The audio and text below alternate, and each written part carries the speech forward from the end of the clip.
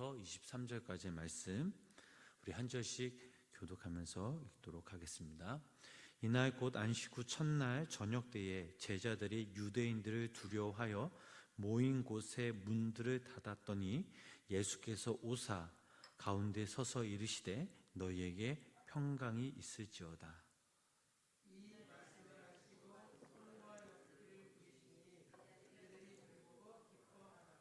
예수께서 또 이르시되 너희에게 평강이 있을지어다. 아버지께서 나를 보내신 것 같이 나도 너희를 보내노라.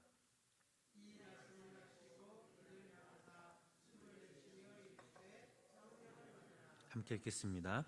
너희가 누구의 죄든지 사하면 사하여질 것이요 누구의 죄든지 그대로 두면 그대로 있으리라 하시니라. 아멘. 오늘 하루 우리 성도님들 삶 가운데 하나님의 귀한 평강이 함께 하시길 주님의 이름으로 간절히 축복합니다. 우리가 지난 시간 말씀을 되새겨 보면 예수님을 진정 사랑했던 이 막달라 이 마리아는 예수님의 그 시신에 향품을 바르기 위해 예수님의 그 무덤을 찾아갔습니다. 무덤 안에 예수님의 그 시신이 없어지자 막달라 마리아는 통곡하였습니다. 예수님의 그 무덤 안에서 두 천사를 보았고 그곳에서 부활하신 예수님을 만나는 첫 증인이 되었습니다. 예수님과 대화가 끝난 후 이 막달라 마리아는 제자들을 찾아가 내가 주님을 보았습니다. 주님이 이렇게 말씀하셨습니다. 라고 그들에게 전해주었습니다. 그 누구도 상상하지 못한 일들을 지금 막달라 이 마리아가 겪은 것입니다.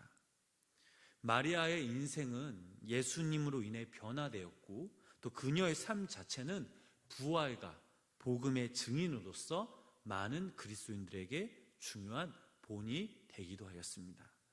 자, 오늘 본문 우리 19절 말씀을 다시 한번 우리 함께 읽도록 하겠습니다. 이날 곧 안식 후 첫날 저녁 때에 제자들이 유대인들을 두려워하여 모인 곳에 문들을 닫았더니 그래서 오사 가운데 서서 이르시되 너에게 평강이 있을지어다. 아멘. 안식 후 첫날 이 저녁 때라는 것은 예수님께서 부활하신 그날 저녁을 말하고 있습니다. 좀 전까지만 해도 막달라 마리아는 예수님의 그 제자들에게 내가 주님을 보았습니다. 주님이 나에게 이렇게 말씀하셨습니다. 라며 부활의 소식을 전한 후 얼마 안 된 그런 시간이었습니다.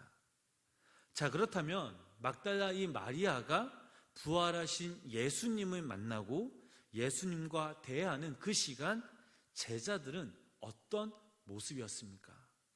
19절 하반절을 보니까 제자들이 두려워하여 모인 곳에 문들을 닫았더니 라는 말씀이 있죠.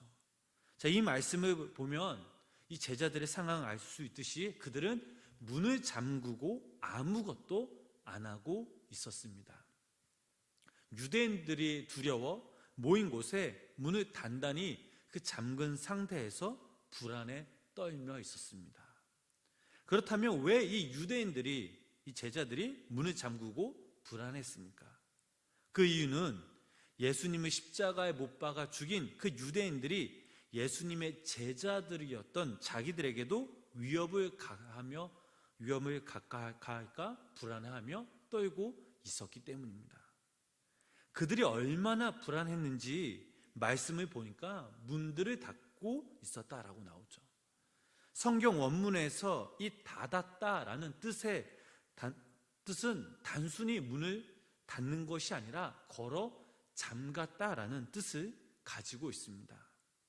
하나의 문이 아닌 여러 문들을 걸어 잠그고 있음을 나타내고 있습니다. 예수님의 제자들은 분명 이 마리아로부터 예수님의 부활 소식을 들었지만 그럼에도 그들은 두려움에 불안감에 사로잡혔습니다. 예수님의 제자들 그리고 마리아의 모습을 생각해 보시기 바랍니다. 지금 막달라 이 마리아는 부활하신 예수님을 만난 후 예수님의 제자들에게 이 사실을 알며 너무나 기뻐하였습니다. 하지만 이 제자들은 마리아로부터 예수님의 부활 소식을 들었지만 그들은 별 다른 반응을 보이지 않았습니다. 그들은 분명 예수님의 제자였지만 3년 동안 예수님과 함께 동고동락하면서 함께 살았지만 그들은 예수님의 이 부활 소식을 믿지 못했습니다. 예수님의 제자라는 호칭이 중요한 게 아닙니다. 과거에 마리아가 어떤 모습을 살았는지가 중요한 것이 아닙니다. 지금 현재 부활하신 그 예수님을 만났느냐 혹은 그 사실을 믿느냐가 더 중요하다라는 사실입니다. 이보다 더 중요한 사실은 예수님이 내 안에 거하느냐 이것을 생각해 볼 때에 있느냐 없느냐의 그 차이는 엄청난 그 차이를 보여주고 있습니다. 제자들이 잠겼던 그 문은 그냥 일반 문들이 아니었습니다. 그들이 잠겼던 그 문은 그들의 마음의 문까지도 잠겼다라는 사실이죠. 19절 마지막 말씀 보면 예수께서 오사 가운데에 서서라는 그 말씀이 나옵니다. 지금 예수님은 제자들에게 찾아오셨습니다. 찾아오신 그 이유는 제자들 그 마음 가운데 닫혀있던 그 마음의 문을 열어주시기 위함이었습니다. 예수님이 찾아오실 때 닫힌 문을 열어달라고 예수님은 두드리지 않으셨습니다. 문을 부수고 또한 들어오신 것이 아니었습니다. 일방적으로 제자들 그 가운데 친히 찾아와 주셨다라는 사실입니다. 여기서 우리가 이 말씀을 잠시 생각해 보면 지금 제자들이 모인 이 다락방은 여러 개의 문들로 잠겨져 있습니다. 그런데 문 두드리는 소리가 없었음에도 그 누구도 열어주지 않았음에도 예수님이 지금 제자들 한가운데 서 계십니다. 만약 그 누군가가 나타났다면 얼마나 놀랐겠습니까? 사람이 아닌 귀신이라고 분명 생각했을 것입니다. 제자들 역시 마찬가지였습니다. 여러 개의 문들이 닫혔음에도 예수님이 그 방 한가운데 나타내시자 제자들은 심히 놀랐습니다. 누가복음 24장 37절 말씀 읽어보면 그들이 놀라고 무서워하여 그 보는 것을 영으로 생각하는지다. 자, 여기서 영이라라는 이 표현은 제자들이 바로 귀신인 줄 알았다라는 그 표현입니다. 안 그래도 지금 제자들은 불안해하며 이 두려움에 사로잡혀 있는데 갑자기 그 예수님이 한가운데 서 계시다면, 부활하신 그 예수님이 서 계시다면 이 제자들은 얼마나 놀랐겠습니까? 그들의 모습을 보시고 예수님은 이렇게 말씀하십니다. 누가복음 24장 38절로부터 39절까지 그 말씀 우리 함께 읽어보도록 하겠습니다. 예수께서 이르시되 어찌하여 두려워하며 어찌하여 마음에 의심이 일어나느냐. 39절입니다. 내 손과 발을 보고 나인 줄 알라. 또 나를 만져보라. 영은 살과 뼈가 없으되 너희 보는 바와 같이 나는 있느니라. 아멘. 자, 우리가 잘 알듯이 귀신의 특징은 몸이 없다라는 사실이죠. 그러나 누가복음 말씀에서는 예수님의 그 모습, 손과 발, 우리의 몸을 그대로 가지고 계셨고 불안한 그 제자들을 위해 친히 자신의 몸을 확인시켜 주셨습니다.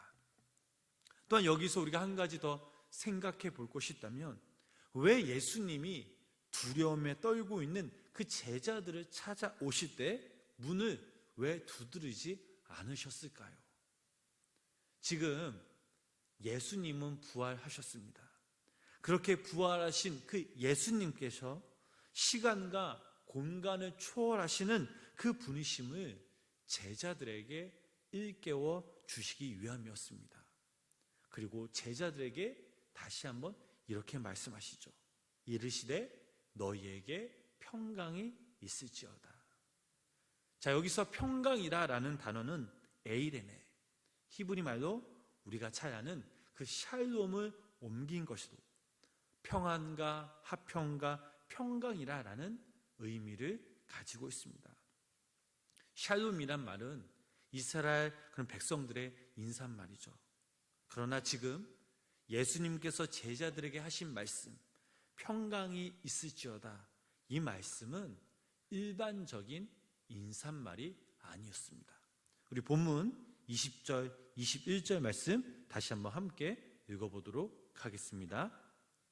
이 말씀하시고 손과 옆구리를 보이시니 제자들이 주를 보고 기뻐하더라. 예수께서 또 이르시되 너희에게 평강이 있을지어다. 아버지께서 나를 보내신 것 같이 나도 너희를 보내노라. 아멘.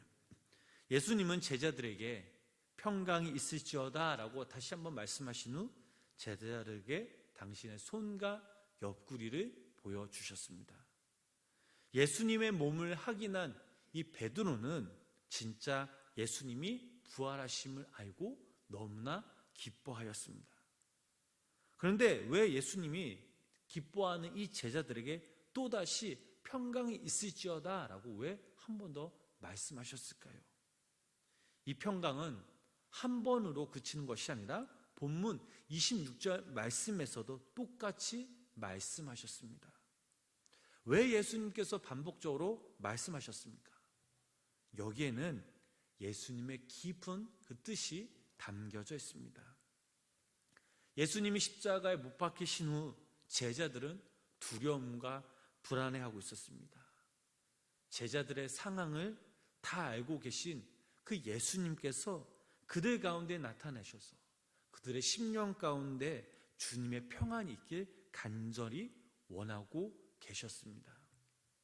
예수님의 사람이란 어떠한 그 상황 속에서 평강의 사람이어야 함을 가르쳐 주시기 위함이었습니다. 그렇다면 이 평강의 원천은 어디에서 옵니까? 바로 부활하신 그 예수님, 바로 성자 하나님 예수님에게서 온다라는 사실입니다. 이것은 제자들에게만 국한된 것이 아니라 여기 모인 우리 성도님들, 또 영상을 통해 예배드리신 우리 성도님들에게도 모두에게 다 해당된다라는 사실이죠.